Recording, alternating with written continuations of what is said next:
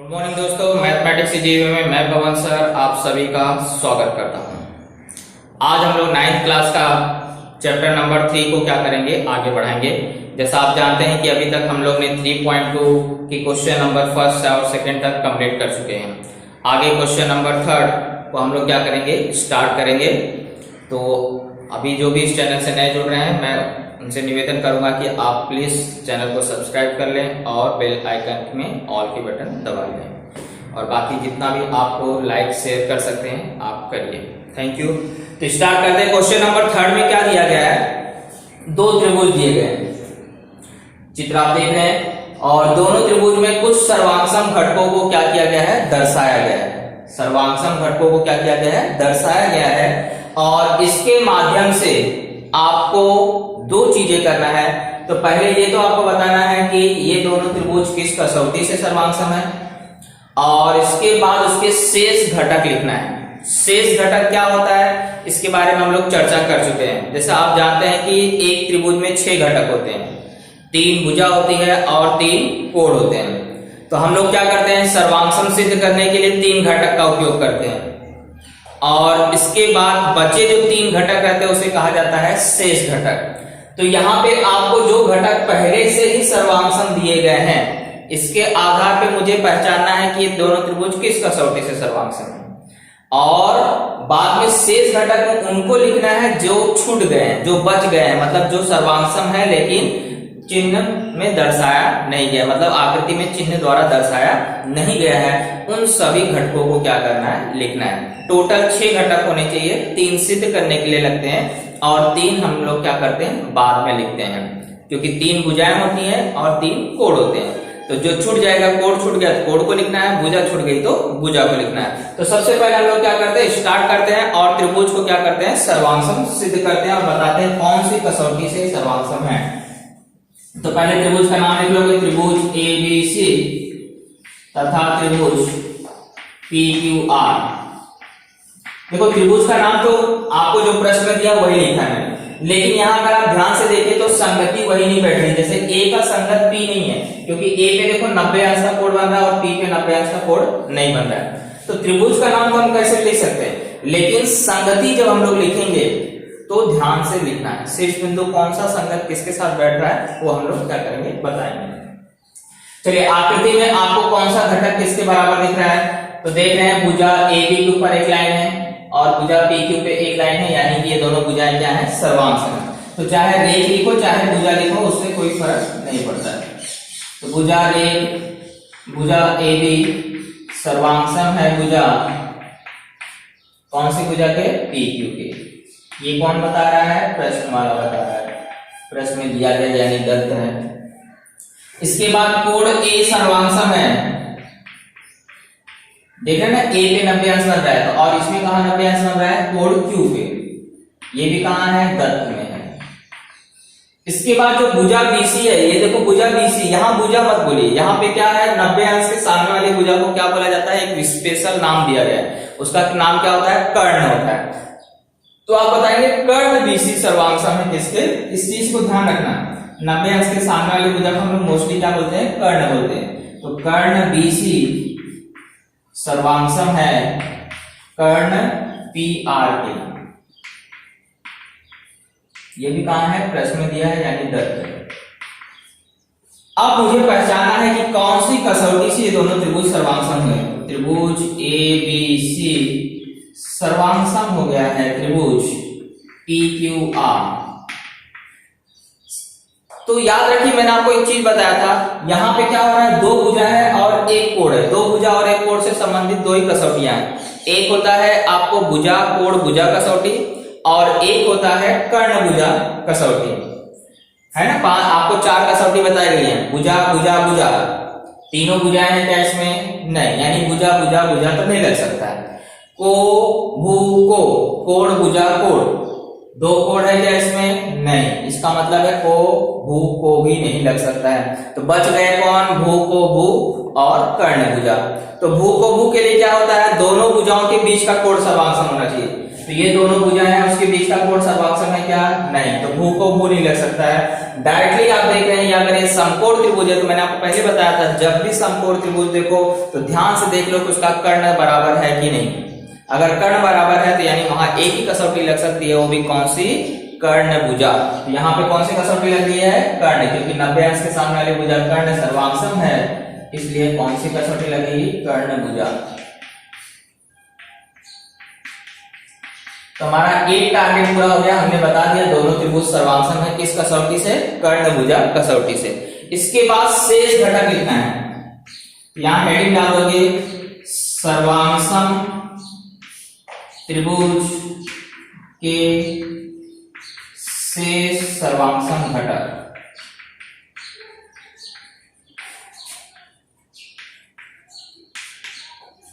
इस चीज को कैसे लिखते हैं जरा ध्यान से देखना, क्योंकि यह हर प्रश्न में आपको पूछा गया आगे के।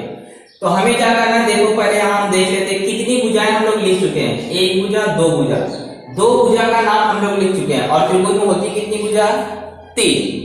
तो यानी कि एक भुजा छूट गई है। और कोण कितना हमने लिखा है? 1 लिखा है, यानी कितने रह गए कोण? 2। यानी शेष घटक में आपको यहाँ पर एक भुजा आएगी और एक कोण आएगा, सॉरी 2 कोण आएंगे। तो 3 घटक यहाँ हो जाएंगे और 3 घटक यहाँ हो जाएंगे। तो कौन छूट गया है जिसके बारे में अभी तक हमने नहीं बताया? पहले भुजा में देख लेते हैं। तो भुजा AB हो गया है, भुजा BC हो गया, कौन सा रह गया था? भुजा AC। यहाँ पे मैं लिखूंगा भुजा AC किसके सर्वांगसम है? ध्यान से देखो, भुजा AC किसके सर्वांगसम है? QR के। तो तीनों भुजाएं हो गई 1 2 3, तीनों भुजाएं हो गई। अब कोण की बारी। कोण कौन सा हम लोग लिख चुके हैं? A और Q लिख चुके हैं। अब हमें बताना है कि अन्य कौन से कोण सर्वांगसम है। तो यानी कि आपको अब कंफ्यूजन होगा कि B वाला P के साथ सर्वांगसम है कि R के साथ सर्वांगसम है। तो ध्यान से देखिए, तो A का मैचिंग कौन हुआ? कोण। यहां पे चाहे तो आपने संगत लिख लीजिए, संगत लिखोगे तो आपको भुजाओं का नाम लिखने में आसानी होगी। एक ही बार में संगत अच्छे से लिखिए। अगर हम लोग यहाँ पे लिखते हैं त्रिभुज ABC, तो A का संगत इस आकृति में कौन है? Q। तो यहाँ पे नाम पहले क्या आ जाएगा? Q, है ना। अब यहाँ पे बोला था AB, तो यहाँ पे नाम क्या है? AB पे एक लाइन है, तो यहाँ पे नाम क्या हो गया? QP। यानी कि दूसरा बिंदु B का मैचिंग कौन होगा? P होगा।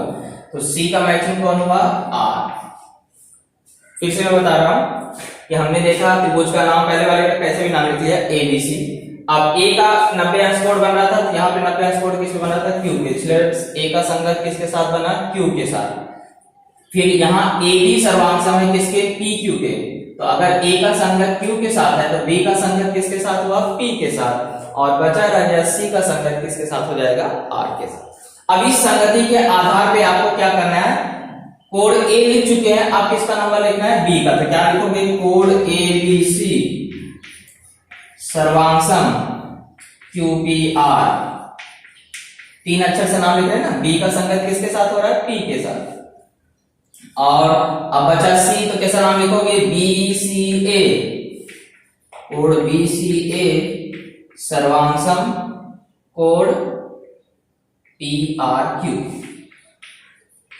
तो ये 3 अक्षर से लिखा है। अगर आप एक अक्षर से लिखना चाहते हैं तो ऐसा लिख सकते हैं, कोण B सर्वांगसम कोण P के और कोण C सर्वांगसम कोण R के। अगर आप एक अक्षर से लिखना चाहते हैं तो ऐसा भी लिख सकते हैं। तो ये हुआ हमारा क्वेश्चन नंबर 3। हमने कसौटी बता दिया, कौन से कसौटी से है? कर्ण भुजा कसौटी से, और इसके शेष सर्वांगसम घटक हमने यहाँ पर लिख लिया है। तो फाइनल आंसर में ये और ये 2-3 चीज को क्या करना है आपको मेंशन करना है। क्वेश्चन नंबर 4 पे आते हैं। क्वेश्चन नंबर 4 में क्या है? आपको डायग्राम बना हुआ है और इस डायग्राम के हिसाब से आपको यहाँ बताया है कौन सा रेखाखंड किसके बराबर है। ये प्रश्न में दिया गया है कि ये जो रेख LM है ये PN के बराबर है और LN जो है वो बराबर है PN के।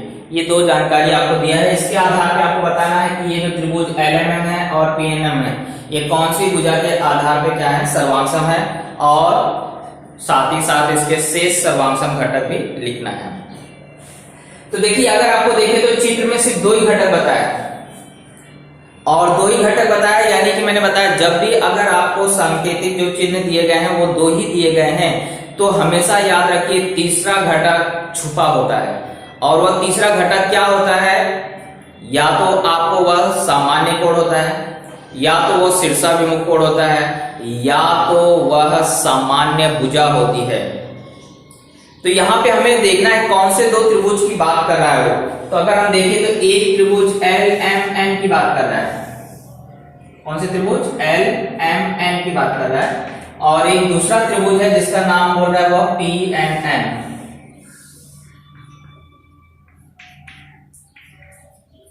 इसमें ये बोल रहा है कि PM किसके बराबर है? LN के बराबर है। सॉरी, PM जो है वह किसके बराबर है? LN के। और ये जो भुजा PN है ये किसके बराबर है? LN के। लाइनें मैंने आपको यहाँ एक दो दर्शा दिया है, लेकिन आपको सिर्फ ये बात देखना है कि भुजा PM किसके बराबर? LN के। और यहाँ पे भुजा LN जो है वह किसके बराबर है? PN के। ऐसा आपको प्रश्न में दिया है, यही दो घटक दिए हैं। लेकिन अगर आप देखें तो ये जो भुजा MN है ये MN इसमें भी आ रहा है, यानी ये भुजा क्या है? दोनों त्रिभुज में है। और दोनों त्रिभुज में है तो ये भुजा क्या होगी? सर्वांगसम, क्योंकि प्रत्येक रेखाखंड स्वयं क्या होता है? सर्वांगसम होता है। तो ये MN सर्वांगसम हो जाएगा MN के, और इसको कहा जाता है सामान्य भुजा। तो याद रखिए जब भी दो घटक आपको अगर दिया है तो तीसरा घटक या तो निकालना पड़ता है, या तो वह तीनों में से कोई भी हो सकता है। शीर्षाभिमुख कोण हो सकता है, सामान्य कोण हो सकता है, या तो आपको सामान्य भुजा हो सकती है। तो यहाँ पे कौन सा है तीसरा घटक? सामान्य भुजा। तो यहाँ हम लिख देंगे रेख MN सर्वांगसम रेख MN के। ये दोनों कहां से आए? ये तो प्रश्न में दिया है इसलिए मैंने उसको उतार लिया है और यहाँ कारण लिखा है दत्त। तो यहाँ पे क्या कारण आ जाएगा? सामान्य भुजा। अब आपको कसौटी का नाम बताना है। या दोनों त्रिभुज क्या हो गए? सर्वांगसम। LMN सर्वांगसम हो गया त्रिभुज किसके? PNN के। कसौटी का नाम? तो तीनों देखो भुजा भुजा भुजा, तीनों ही क्या है? भुजाएं हैं, इसलिए यहाँ पे क्या आ जाएगा? भुजा भुजा भुजा कसौटी से।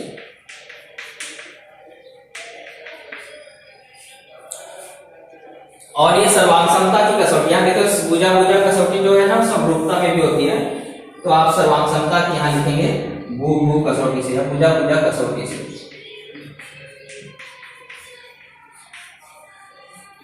चलिए कसौटी जो बता दिया, अब इसके बाद शेष घटक लिखना है। शेष सर्वांगसम घटक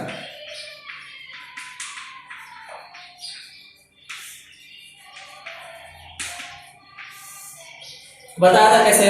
6 घटक होते हैं, 3 भुजा होती है, 3 कोण होती है। तीनों भुजाएं लिख चुके हो तो बचे क्या रह गए हैं? कोण। तो हर एक कोण के बारे में बताना है। तो आप देखिए संगत मैंने यहाँ पहले से लिखा है, प्रश्न में भी दिया गया है, यानी कि L कोण किसके सर्वांगसम होगा? P के। N कोण सर्वांगसम होगा किसके? N के। और N सर्वांगसम होगा किसके? M के। इस तरह से तीनों कोण का नाम लिखना है, 3 अक्षर से लिखना है। यहाँ पे एक अक्षर नहीं चलेगा, सिर्फ L और P वाला चलेगा, बाकी MN पे बहुत सारे कोण बन रहे हैं। मैंने आपको बताया था जहां पे किसी बिंदु पे एक से ज्यादा कोण बनते हैं तो हमेशा नाम 3 अक्षरों में लिखा जाता है, और अगर उस बिंदु पे सिर्फ एक कोण बनता है तो हम लोग एक अक्षर से लिख सकते हैं। चलिए लिखना बहुत कुछ कठिन नहीं है, जो कोण का नाम लिखना है उसको कहाँ लाना है? बीच में लाना है। तो मुझे अगर L लिखना है तो मैं क्या करूंगा? MLN, कैसे भी बीच में ला दूंगा इन 3 अक्षरों में से। तो क्या लिखूंगा? MLN सर्वांगसम। L किसके बराबर है? P के, तो P को बीच में लाना है तो क्या नाम हो जाएगा? NPM। L का नंबर खत्म। अब यहाँ पे किसका नंबर आया? M। M किसके साथ है? N के साथ। तो अगर M को बीच में लाना है तो क्या होगा? ये उतार दो LMN सर्वांगसम। कोण यहाँ पे नाम क्या आ जाएगा? PN। N यहाँ पे बीच में आ गया, तो L हो चुका है, M हो चुका है। अब यहाँ पे किसको लाना है? N को, तो क्या हो जाएगा? MNL। MNL जिसके कोण बन रहा है वो सब अक्षर बीच में, देखो हर एक अक्षर बीच में आ चुका है। यहाँ पे भी देखो P आ चुका है, N आ चुका है, तो M को लाना है तो क्या नाम होगा? NMP। तो ये हो गए हमारे 3 सर्वांगसम घटक। 3 हमने सर्वांगसम सिद्ध करने के लिए लगाए और 3 शेष घटक में आ गया। तो क्वेश्चन नंबर 4 भी हमारा क्वेश्चन नंबर 5। क्वेश्चन नंबर 5 में देखिए आकृति बनी है, इसमें भी आपको क्या करना है, शेष सर्वांग सम जो घटक है वो लिख के दिया गया है और आपको यहाँ एक त्रिभुज बन रहा है, इस तरफ एक त्रिभुज बन रहा है। त्रिभुज का नाम क्या है, ABD CBD। इन दोनों को आपको क्या बोल रहा है, सर्वांग सम सिद्ध करो, सिद्ध करना है। तो सिद्ध करना है तो हमें क्या लिखना पड़ेगा, उत्पत्ति। तो हमने उत्पत्ति लिख लिया है। अब हम लोग को कौन से दो त्रिभुज सर्वांग सम सिद्ध करने हैं, तो त्रिभुजों के नाम हमने लिख लिया है, ABD और CBD। ये प्रश्न में दिया गया है, लेकिन वहां सर्वांग सम का चिन्ह बना है, अभी हमारा सर्वांग सम हुआ नहीं है, इसलिए हमने क्या लिखा है, तथा। त्रिभुज ABD तथा CBD में अब कौन सा घटक किसके बराबर है, ये भी प्रश्न में लिख के दिया है, वही छापना है। तो आपको देखो लिखा है भुजा AB, जो भुजा AB है यहाँ पर,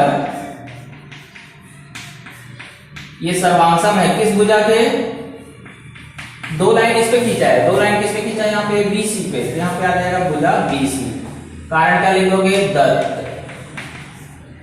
फिर भुजा देखो AD,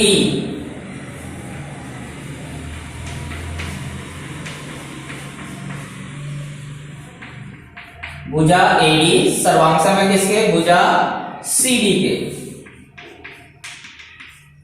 ये भी क्या है, दत्त में है। दो घटक दिया है, तीसरा घटक नहीं दिया है, कहीं ना कोण दिया है ना कहीं भुजा दिया है, तो इसका मतलब छुपा हुआ है। छुपा हुआ है तो ढूंढो ढूंढो ढूंढो। तो देखो एक लाइन दोनों में आ रही है, कौन सी लाइन, BD। इस त्रिभुज में भी है, इस त्रिभुज में भी है, और ऐसी भुजा को क्या बोलते हैं, सामान्य भुजा। तो लिख दोगे कि इस त्रिभुज की भुजा BD सर्वांग सम है भुजा BD के। दोनों जगह नाम से माना चाहिए, और उसको कारण क्या लिखते हैं, सामान्य भुजा। सिर्फ एक लाइन आपको लिखना था बस, और अब उतार दोगे, त्रिभुज ABD सर्वांग सम हो गया त्रिभुज CBD के। कसौटी का नाम लिख दो, सर्वांग समता की कौन सी कसौटी लग रही है, यहाँ पर कौन सी कसौटी लग रही है, तीनों तो ही भुजा है, तो कौन सी कसौटी हुई, भुजा भुजा भुजा कसौटी।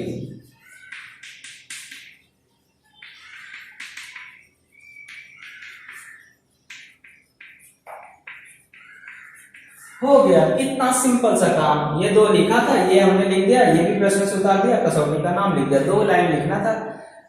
क्लियर, दो भुजा सर्वांग सम दिया था, तीसरा सामान्य भुजा था, भुजा भुजा भुजा कसौटी से दोनों त्रिभुज क्या हो गए, सर्वांग सम हो गए, क्योंकि शेष घटक लिखने के लिए बोला नहीं है, इसलिए हमारा आंसर यही है। क्वेश्चन नंबर 6, ये हमारा 3.2 का क्या है, आखिरी सवाल है। ये भी एकदम सिंपल है, जैसा आपने 5 में किया था, इसमें भी आपको क्या करना है, सिद्ध करना है। कौन से दो त्रिभुज, एक त्रिभुज है PQT और एक त्रिभुज है RQS। ये दोनों त्रिभुज को आपको क्या करना है, सर्वांग सम सिद्ध करना है।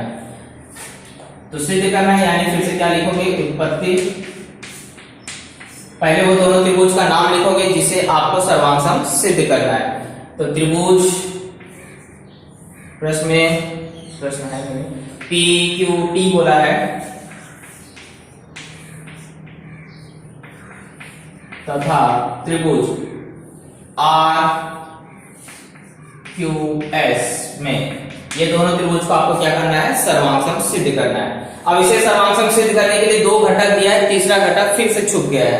तीसरे घटक को हम लोग पहचानेंगे। हमें किसकी बात कर रहा है, देखो एक बोल रहा है PQT, है ना, PQT ये त्रिभुज को आपको बोल रहा है, यहां पे मैंने अगर बनाया तो PQT बन गया। और दूसरा कौन सा बोल रहा है, RQS, यहाँ पे S है, सॉरी Q है, यहाँ पे R है और यहाँ पे S है। तो उसने क्या बोला है कि ये जो PQ है, कोड P है, ये किसके बराबर है, R के बराबर। ये प्रश्न में दिया है, तो उसको हम लोग लिख लेते हैं कि कोड P सर्वांग सम है कोड R के। ये कहां से हमें मिला, दत्त से। फिर उसने बोला है कि जो भुजा PQ है, ये वाली जो भुजा है, ये किसके बराबर है, QR के बराबर है। वो भी लिख लेते हैं, भुजा PQ सर्वांग सम है भुजा QR के। ये भी दिया है प्रश्न में, तो यहाँ पे भी क्या आ जाएगा, दत्त। अब तीसरा घटक क्या छुपा हुआ, देखो देखो ध्यान से देखो, ये जो कोड Q है ये इसमें भी आ रहा है, दोनों में आ रहा है, दोनों में आ रहा है, यानी कि क्या है, ये सामान्य कोड है। तो यहाँ पे हम लोग लिख देंगे कोड Q सर्वांग सम है कोड Q के, कारण क्या आ जाएगा, सामान्य कोड। तो तीन घटक मिल गए। अब देखो कसौटी क्या लग रही है, दो कोण है और उसके बीच की भुजा है, दो कोण है उसके बीच की भुजा, तो को भू को, तो इसलिए हमारा सिद्ध हो गया त्रिभुज PQT जो है वह सर्वांगसम है त्रिभुज किसके, RQS के। कसौटी का नाम कोण भुजा कोण।